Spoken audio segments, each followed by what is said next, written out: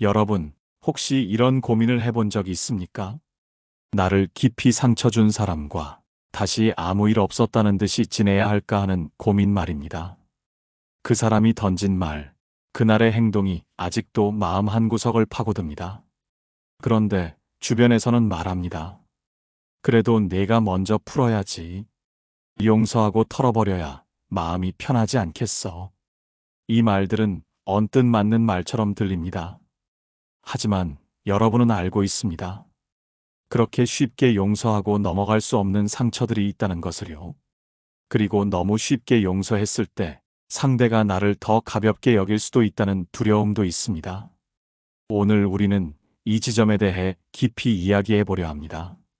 상처 준 사람과 어떻게 마주해야 존중받을 수 있는지, 너무 쉽게 화해하지 않는 태도가 왜 필요한지를요. 며칠 전 상담실을 찾은 한 여성의 이야기가 있습니다. 이름은 박은정입니다. 그녀는 오랜 친구에게 큰 배신을 당했습니다. 함께 작은 온라인 쇼핑몰을 운영하며 동업하던 중 그 친구가 몰래 자신만의 이익을 챙기고 있다는 사실을 알게 되었습니다. 수익 배분을 조작하고 물건 일부를 자신 명의로 빼돌린 것입니다. 이 사실을 알게 된 박은정은 크게 충격을 받았습니다. 무엇보다 오랜 신뢰를 배신당했다는 마음의 상처가 컸습니다. 분노와 배신감, 그리고 허탈함이 한꺼번에 밀려왔습니다. 문제는 그 다음이었습니다. 주변 사람들이 그녀에게 말했습니다. 그래도 오래된 친구잖아. 서로 이해하고 풀어야지. 돈이 사람을 시험하는 법이니까. 이런 말들을 들으며 박은정은 오히려 더 괴로워졌습니다. 자신의 상처가 가벼워지는 것 같았고 억울함을 꺼낼 곳조차 없어진 느낌이 들었습니다. 그 친구는 어느 날 태연하게 연락해 왔습니다. 미안하다. 나도 그땐 어쩔 수 없었다. 다시는 안 그럴게. 이제 우리 원래대로 잘 지내자. 박은정은 망설였습니다. 이 순간 어떻게 대응하는 것이 현명할까? 용서해야 내가 좋은 사람일까? 그렇게 쉽게 다시 받아줘야 내가 성숙한 걸까? 철학자 쇼펜하우어는 말했습니다. 너그러움과 어리석음은 얇은 종이 한 장 차이다. 이번에는 왜 너무 쉽게 용서하고 화해하는 태도가 오히려 나를 더 가볍게 만들 수 있는지 살펴보겠습니다. 용서와 화해는 분명 고귀한 덕목입니다. 그러나 모든 상황에서 그것이 항상 현명한 선택인 것은 아닙니다. 특히 상대가 나의 상처를 진심으로 반성하지 않는다면 그저 손쉽게 다시 받아주는 행동은 오히려 내 가치를 떨어뜨릴 수 있습니다. 첫 번째 이유는 상대의 행동을 가볍게 만들어버리기 때문입니다. 상처를 준 사람이 쉽게 용서받을수록 그 잘못의 무게도 가벼워집니다. 봐라. 결국 시간이 지나면 다 풀리잖아. 이런 인식이 자리 잡게 됩니다. 다음에도 같은 실수를 반복할 가능성이 커집니다. 박은정의 친구도 그랬습니다. 사과한다고는 했지만 그 말 속엔 진정한 반성보다 이쯤에서 덮자는 태도가 더 짙게 배어 있었습니다. 그는 자신의 행동이 얼마나 깊은 신뢰를 무너뜨렸는지 진정으로 이해하지 못한 상태였습니다. 두 번째 이유는 나 스스로의 존중감을 훼손하기 때문입니다. 상처를 쉽게 넘기는 것은 스스로에게도 이렇게 말하는 것과 같습니다. 이 정도 상처는 아무렇지 않아.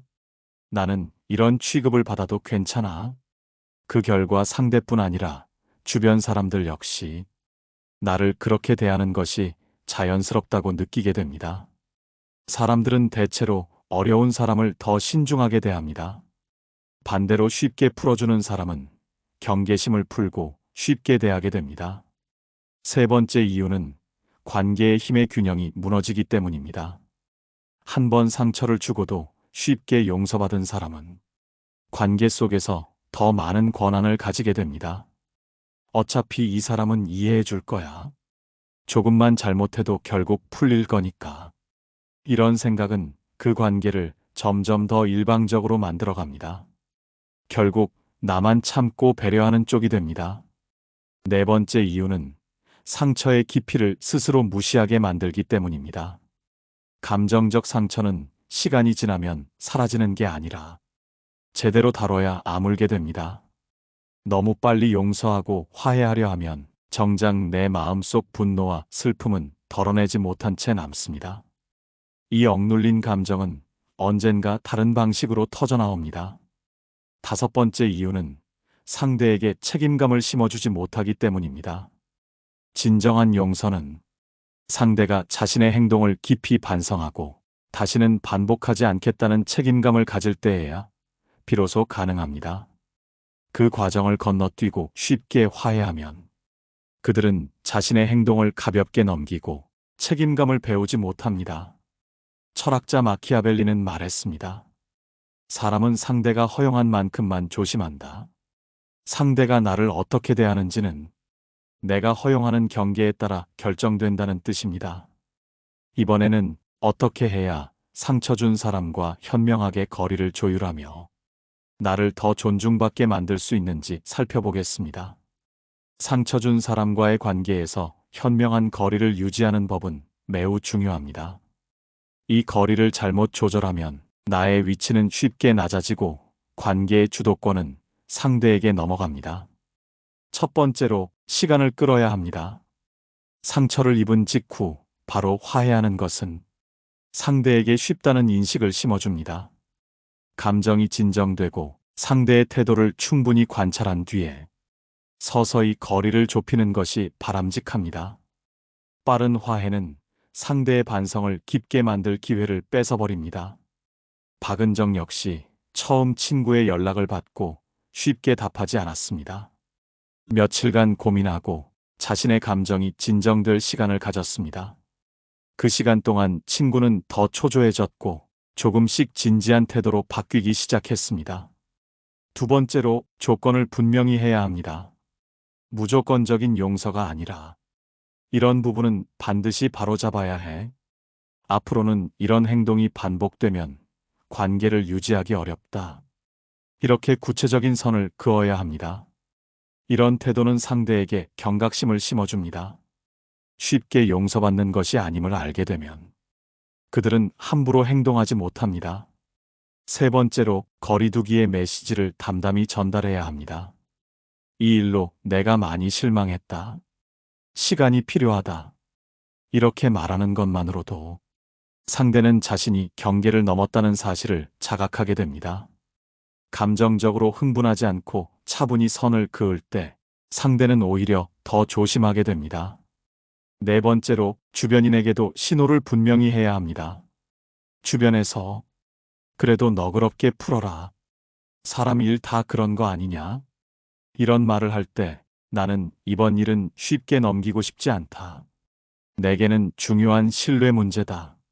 라고 분명히 말해야 합니다.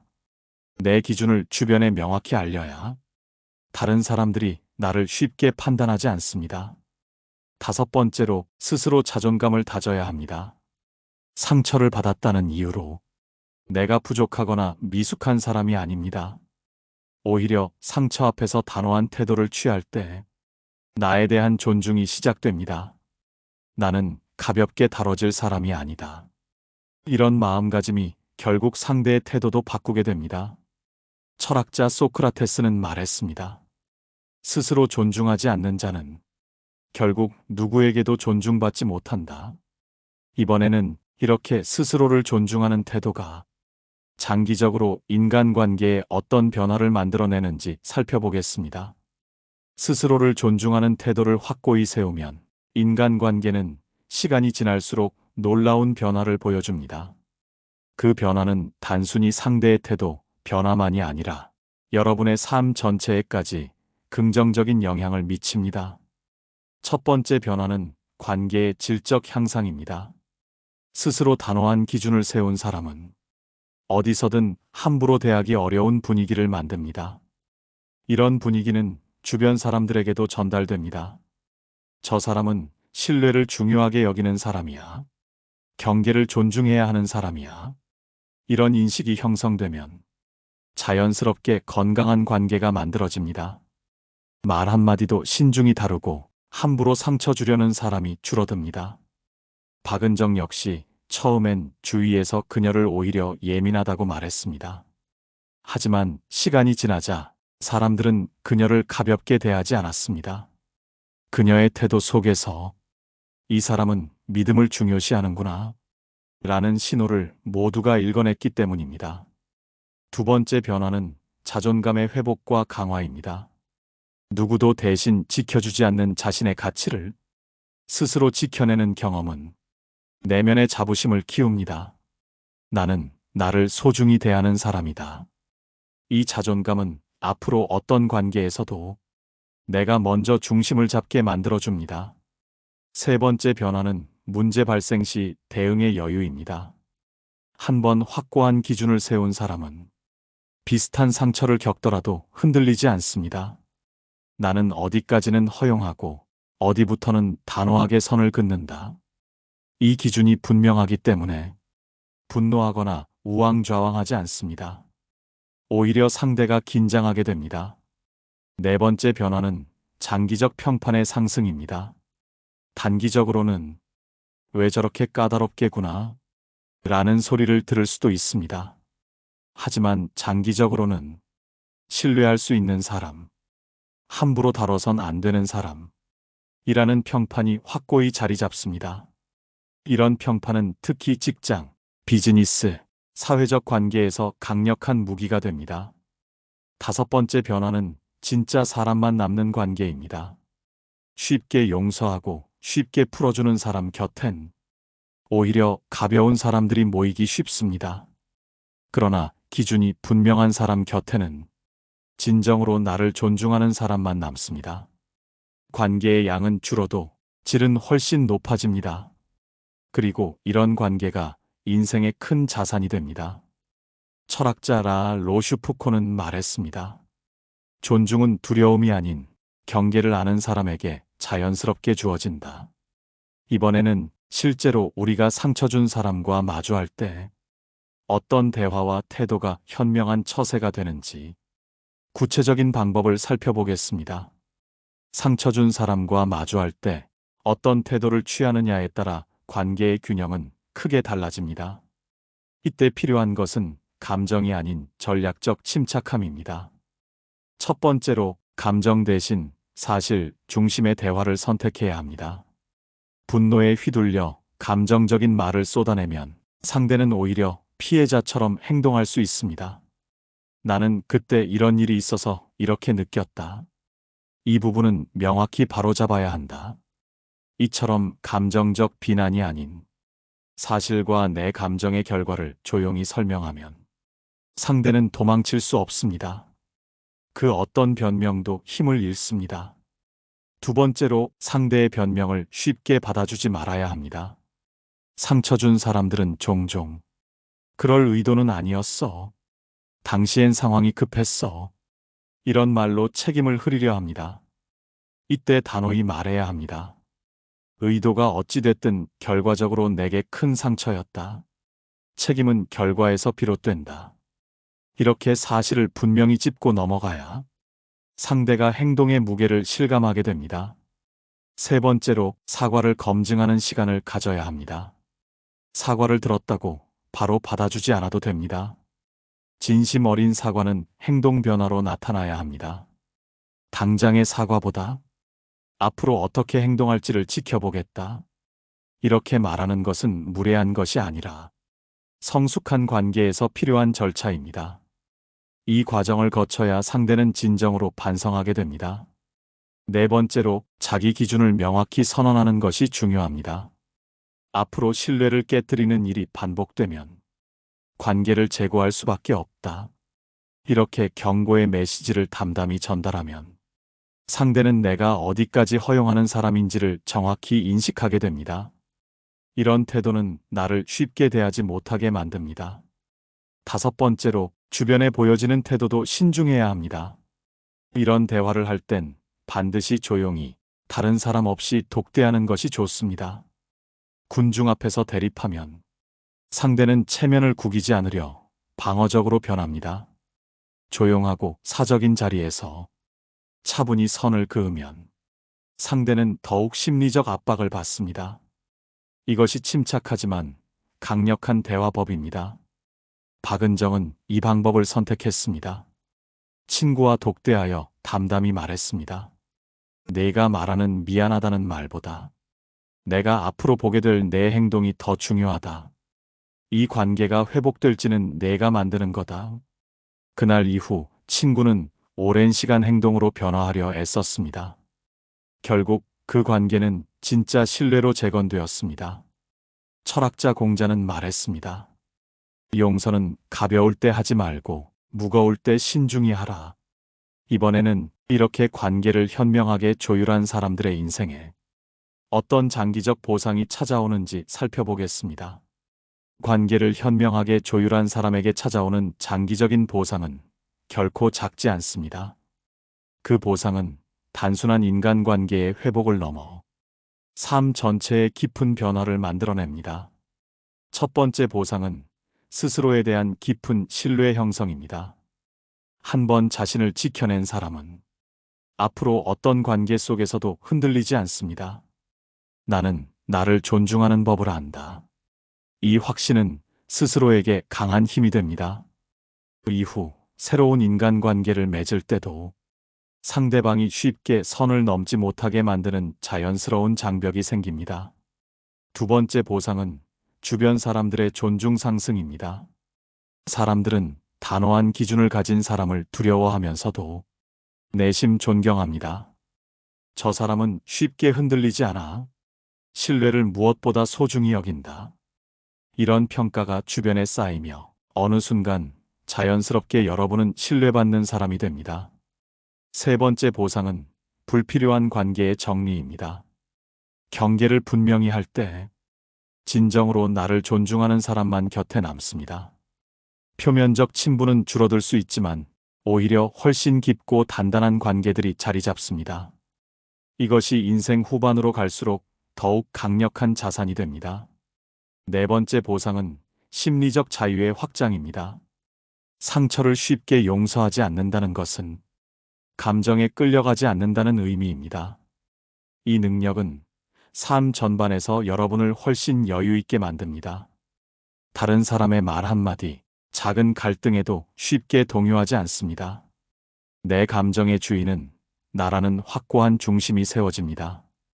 다섯 번째 보상은 장기적인 성공의 기반입니다. 인간관계는 모든 성공의 토대입니다.